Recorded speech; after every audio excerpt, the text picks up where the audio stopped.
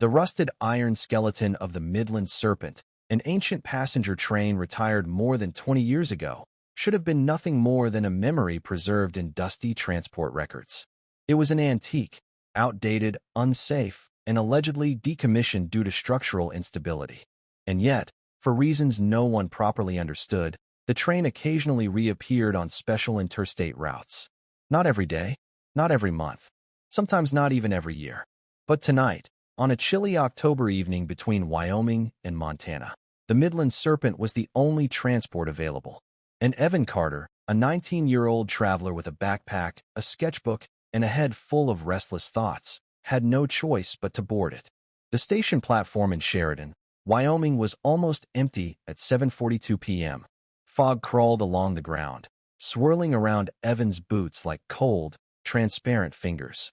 Floodlights overhead buzzed erratically, flickering every few seconds as if something interfered with the electricity. Evan checked his ticket again. Carriage 9, Seat 14B.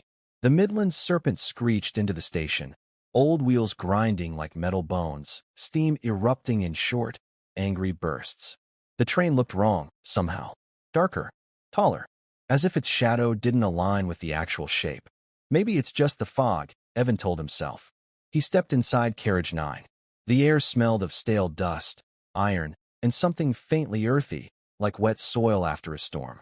There were no passengers except one. A man, much older than Evan had ever seen in real life, maybe in his late 80s or early 90s. He sat by the window in seat 11A. His posture was stiff, his spine unnaturally straight, his hands folded perfectly on his cane. He wore an old black coat, the fabric frayed and thinning, and a wide-brimmed hat that hid most of his face. At first glance, he seemed asleep.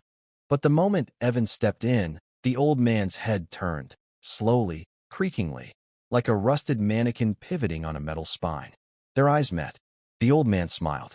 Not a warm smile, but the kind that has too much teeth, too much awareness, too much intention. Evening, the old man whispered, voice dry as sand. Evan swallowed. Evening, sir. He hurried toward his seat. 14B, just 3 rows behind the old man. The train groaned as it began moving. The journey was supposed to last 8 hours, but only 6 of them would matter. Only 6 of them would nearly break him. The train rattled through the darkness. Outside the windows, there were no lights, no towns, no signs of human life. Just endless pine forests blurred in the night. Evan tried to draw in his sketchbook. It was something he did on every trip, something that usually calmed him. But tonight, his pencil kept shaking. He couldn't focus. Because, every few minutes, he felt eyes on him. Not from outside. From the old man. Whenever Evan looked up, the man had changed positions. Sometimes his head was turned completely backward, facing Evan, though his body still faced the front. Sometimes he was leaning into the aisle, closer than he should have been, hands gripping the cane like it was carved from bone. Sometimes he was staring out the window, but his reflection was staring at Evan. The cabin was silent. No other passengers. No other sounds except the wheels and the occasional metallic creak. After 40 minutes of this uncomfortable tension, Evan finally gathered enough courage to ask, "Sir, you okay? Do you need something?" The old man didn't blink. Instead, he tilted his head sharply, almost in curiosity. "You see it too, don't you?" Evan froze. "See what?" The man leaned forward. His voice became a low rasp. "The things that follow trains at night." Evan tried to laugh. "I don't know what you mean." The old man tapped his cane twice on the floor. The lights flickered. Outside the window, Evan saw something moving in the tree line. Tall, thin, running alongside the train at impossible speed. He gasped, and it disappeared. The old man chuckled softly, as though amused by Evan's fear. "Don't worry," he said. "They don't come inside." His smile widened. Usually, 2 hours passed. The temperature inside the train dropped steadily with each mile. By 9:30 p.m., Evan could see his own breath. He rubbed his arms, shivering hard. There was a heating system, but it seemed dead. No airflow, no warm hum, nothing. The old man didn't seem affected. He sat perfectly still, like frost could not touch him. At one point, he whispered, "Cold as a friend. It hides the others." Evan looked around. The others? The man didn't answer. Instead, he lifted one shaking, bony finger and pointed at the window. Evan followed the gesture. There were handprints on the outside of the glass. Long fingers. Too long. And they were moving, slowly dragging down, as if something was trying to peek in. Evan's heart hammered. He whispered, "We're in the middle of nowhere." "Yes," the old man said. "No towns for 40 miles. Then who the hell?" The man turned toward him sharply. "Not who," he hissed. "What?" By the third hour, Evan began noticing more unsettling things. For example, the old man would whisper things under his breath, but in a language Evan had never heard. Sharp syllables. What consonants? Almost like humming mixed with hissing. At one point, the old man began tapping his cane rhythmically on the metal floor. Tap, tap, tap, tap, tap, tap. The lights blinked in sync with the tapping. When the tapping stopped, the lights stayed off for exactly 6 seconds. Pitch black. Then they returned. Evan clutched the armrest. "Please stop that," he muttered. The old man turned his head a full 90 degrees without shifting his body. "Why?" he asked softly. "Because it's creepy, and you're making the lights flicker." The man blinked. "Boy, I am not the one making the lights flicker." He pointed upward with the tip of his cane. Evan slowly tilted his head back. On the ceiling, something was crawling. A distorted silhouette. Human-shaped, but wrong. Too jointed. Too flat. Like a shadow peeled off the wall. The figure pressed its hand on the ceiling, fingers splaying, stretching. Then it scuttled away. The lights flickered 3 times and stabilized. Evan wanted to scream, but he couldn't. His throat felt locked. The old man whispered, "This carriage has thin walls. Things seep through." Around midnight, Evan realized something strange. There were supposed to be other carriages, other passengers, other staff, but no conductor had checked his ticket. No footsteps had echoed from the passage.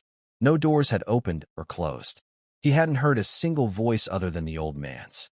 The hallway connecting carriage 9 to carriage 8 remained dark the whole time. At 12:05, Evan finally stood up. He had to check. Had to know. "I'm going to look for someone," he announced quietly. The old man didn't stop him, but he did say, "If you leave this cabin, do not look at the windows." "Why not?" Evan whispered. "You won't like what's looking back." Evan swallowed but pushed forward.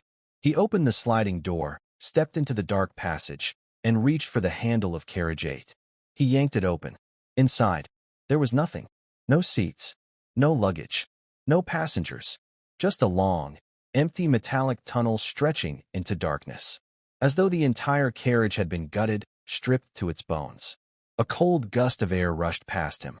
Something whispered his name. "Ivan." He stumbled backward in terror. The old man grabbed him by the shoulder with surprising strength. "You left the cabin," he scolded. "Now it knows your name." Evan's voice trembled. "What knows my name?" The old man leaned in very close. "The train." Evan sat trembling in his seat. The old man stared at him calmly, almost sympathetically. "You're afraid," he said. "No shit," Evan muttered. The man chuckled. "Language, boy. Fear is natural. But you mustn't let the train feed on it." Evan frowned. "Feed on it?" "Yes," the man said. "This train runs on fear more than coal, or fuel, or even souls." Souls? Jesus. The man's face twitched. His lips stretched unnaturally thin.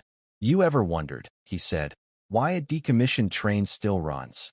"Why?" "Because it refuses to die." Evan shivered violently. "And passengers?" he croaked. "Where are they?" The man tilted his head again. Maybe they never boarded. Maybe they left. Maybe the train decided it didn't like them. He paused. Maybe it swallowed them. Evan gripped his seat so hard his knuckles turned white. He whispered, "Are we going to die tonight?" The old man smiled slowly. "That depends." "On what?" "On whether you can ignore what comes next." Before Evan could ask, the train screeched violently, metal screaming on metal. The lights went blood red. The windows blackened. Not dark. Black. Like something covered them from the outside. Something living. Evan heard scraping. Nails. Claws. Whispers. Dozens of voices. "Let us in." The old man simply watched. 1:07 a.m. The noise outside intensified. Shadows moved rapidly past the windows. Some pressed their faces, long, distorted faces, against the glass. Evan curled up, shaking. The old man finally spoke. "They want the warm one. They always want the warm one." Evan realized he was the warm one. He pointed his trembling finger at the old man. "You, what are you then?" "My boy." The man lifted his hat slowly, revealing eyes that were no longer human. milky white, pupilless, empty. I have traveled this route for a very, very long time. Evan backed away. Are you even alive? The old man smiled gently. Alive enough. He stood up, cane tapping softly on the floor. He walked toward Evan. You've lasted longer than most. You resisted looking at the windows. You stayed in your seat. You didn't speak to the shadows calling your name. He leaned close, whispering, You might survive. But I won't. Evan whispered, terrified. Not unless you listen. The train shook violently. The shadows outside screeched. The old man pointed to the floor beneath their seats. Under the wood panels, he said. The latch. Open it. Evan hesitated. Hurry, the man hissed. Evan dropped to his knees, feeling along the dusty floor until he found a small, cold metal latch. He pulled it. A hidden compartment opened. Inside was darkness. A hiding space. Get in, the old man said. Evan shook his head. What about you? The man smiled. I don't hide. The walls creaked. Something was entering the carriage, sliding between the cracks in the wood, dripping onto the floor like tar. The old man grabbed Evan's collar and shoved him inside the hiding compartment. Stay silent, he commanded. No matter what you hear. Evan dropped into the darkness. The hatch closed. Everything went black. For 6 eternal minutes, Evan heard things. Wet footsteps, scraping nails, voices speaking in impossible tones. He heard the old man's cane tapping, once, twice. Then a low growl. Then a whisper. You cannot have him. A deeper voice responded. Give him to us. No, the old man snapped. He is under my care. A scream followed. Not human. Not animal. The carriage shook violently. Evan covered his ears, but he still heard it. He heard everything. At 1:21 a.m., silence finally settled. The hatch opened. Cold air rushed in. The cabin was empty. No shadows. No distortion. No monster. And no old man. At 3:47 a.m., the train rolled into Billings, Montana. Bright, normal station lights flooded the windows.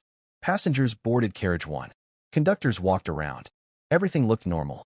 Evan stumbled out, shaking, pale, drenched in sweat. A conductor noticed him. Son, you look awful. You okay? Evan's lips trembled. The old man in my carriage, did he get off? The conductor frowned. Old man. Carriage 9. Yes. The conductor shook his head. Carriage 9 isn't accessible. It's locked. Has been for years. No one can enter it. Evan stared. What? We only run 8 carriages now. The conductor explained casually. Carriage 9 was sealed after a man died in it about 30 years ago. Evan's breath froze. He died? Who? The conductor shrugged. Some elderly drifter. Found sitting upright, hands on a cane, just like he fell asleep. Nobody claimed him. They sealed the carriage and never used it again. Evan felt his knees go weak. The conductor added. But weirdly enough, sometimes passengers swear they saw an old man exactly like him on night routes. Evan backed away slowly, heart pounding. The conductor shrugged again. Old trains have old ghosts, kid. But Evan knew. He didn't meet a ghost. He met a guardian. A guardian who vanished the moment Evan's life was safe.